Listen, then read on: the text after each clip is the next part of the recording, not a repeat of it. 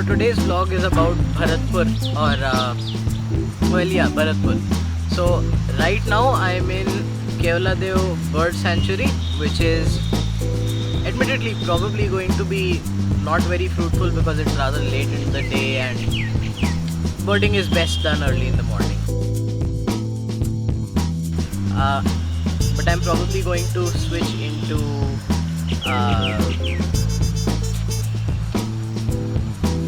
voiceover mode because I'm not going to talk inside of the forest. I don't want the birds to run away.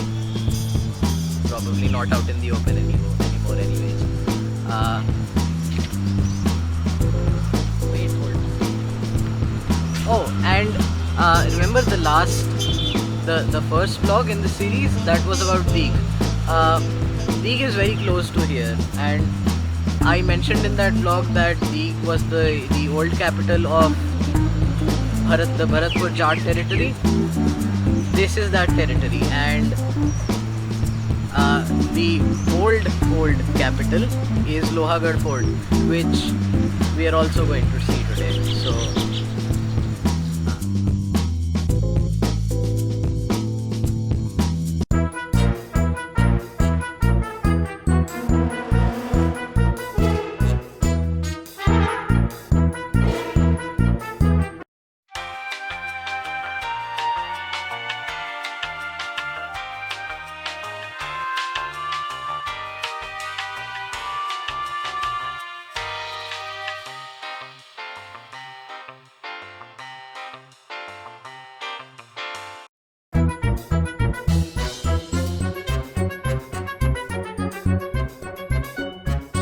first thing that we saw right inside the park was a spotted owlet. It was winking. Second thing that we saw was a pied-crested cuckoo, and it has a crest and is pied. Moving on, the next thing that we saw was a laughing dove. One interesting thing about laughing doves is that when they make a sound, their throats swell up. Look, I know that picture is bad because I wasn't paying attention, but it's the only one. I'm sorry. Moving on.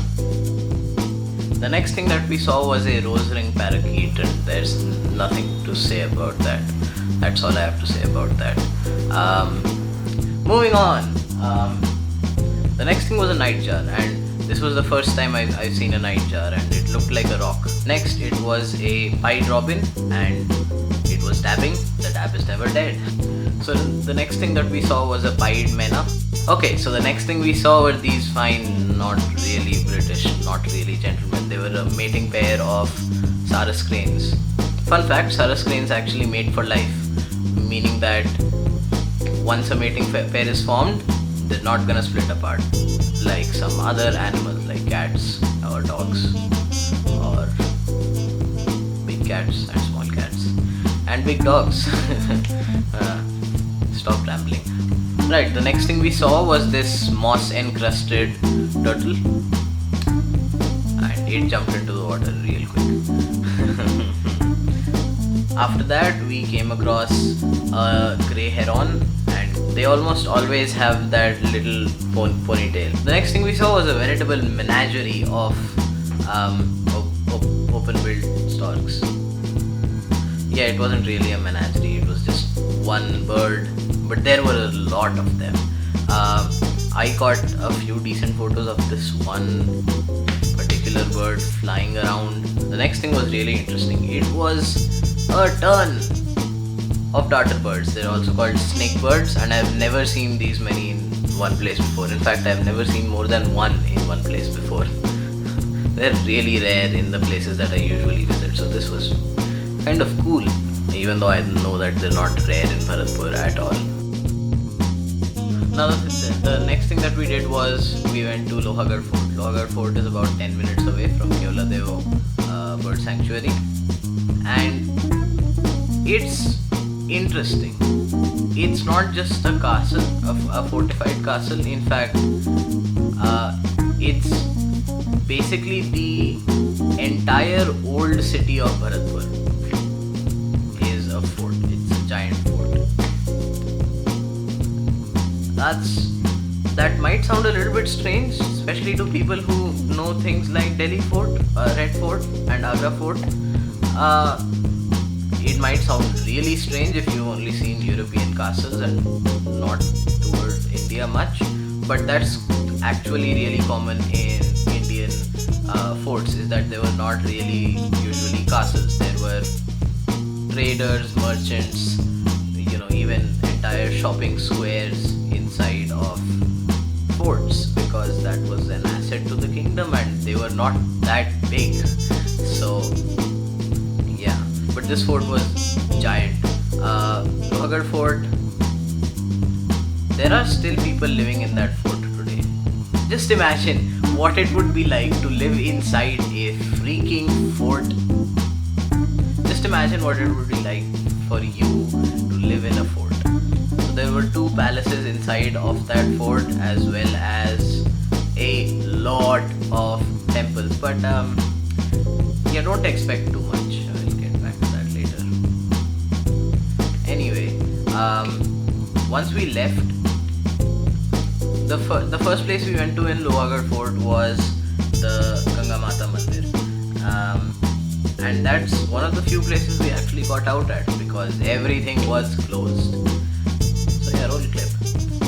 So this building behind me, this is the Ganga Mata Mandir in Lohagarh Fort. That's where I am. And you've probably heard of that name, most probably because of all of the pollution that's in the Ganga river. But Ganga Mata is also one of the major Hindu goddesses, and this is a temple dedicated to her. This was created in the 1850s when this fort was under the rule of a British puppet state, basically. And so, just in case you haven't caught on by now, Lohagarh it's a living fort, meaning all of that is inside Lohagarh. And the reason for that is that these forts were not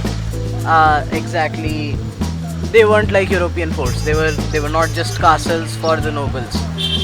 They were fortified garrisons, essentially, and a large portion of the public as well as much of the military would live in the fort. Now we are going to move on to another one of the monuments inside this temple, or inside this fort. I'm not sure which one it will be, but I'll update you when we get there. Now, after the Ganga Mata Mandir, we saw this one temple which we thought it was being reconstructed, but turns out it was being constructed for the first time. So yeah, nothing really to see there. I didn't even film at all. The next thing we saw was Kishori Mahal, which was named after one Rani Kishori, who was the queen of the Bharatpur state during the British era. So this thing behind me, this building is the Kishori Mahal. It's called the Maharaja Surajmal Smarak as well, meaning Maharaja Surajmal monument. Maharaja Surajmal was one of the last independently reigning kings of this whole kingdom. And this place looks like it's in use because it's much better maintained than other older monuments. It's been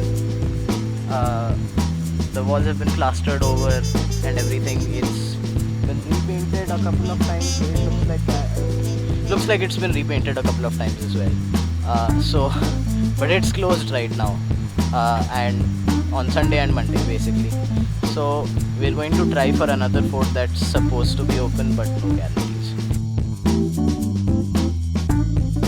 So this is the courtyard of the fort, or the palace. That's the right word. And we were able to come here, but can't go inside the building itself. So.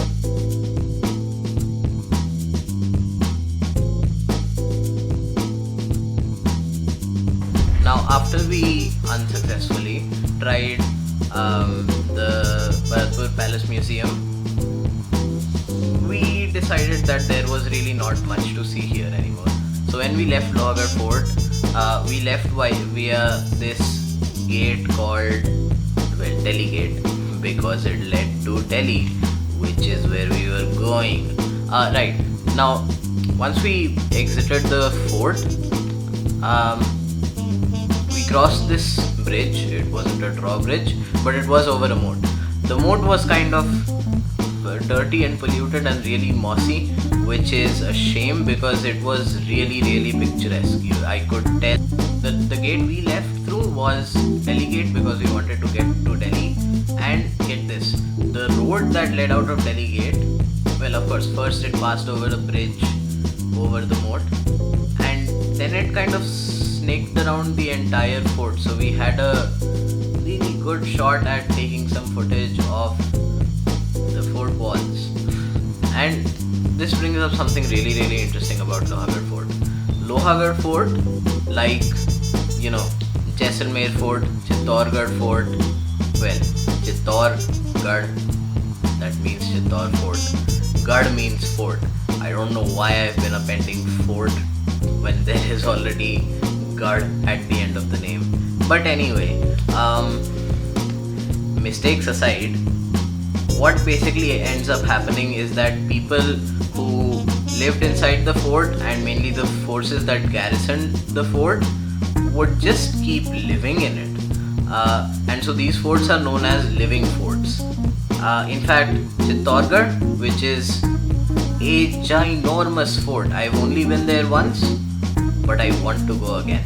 Now, Chittorgarh still has a lot of people who are in the Indian armed forces, presumably because they're descended from, well, military families, but I don't know for sure. Signing out.